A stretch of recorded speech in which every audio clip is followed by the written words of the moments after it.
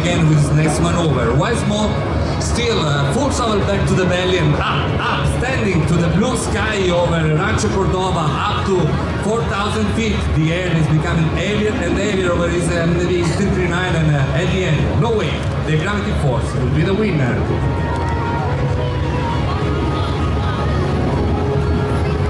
Zero speed for an instant, and then down inside his own smokes. Ladies and gents, this is the tail slide of Solo of Frecce Tricolori.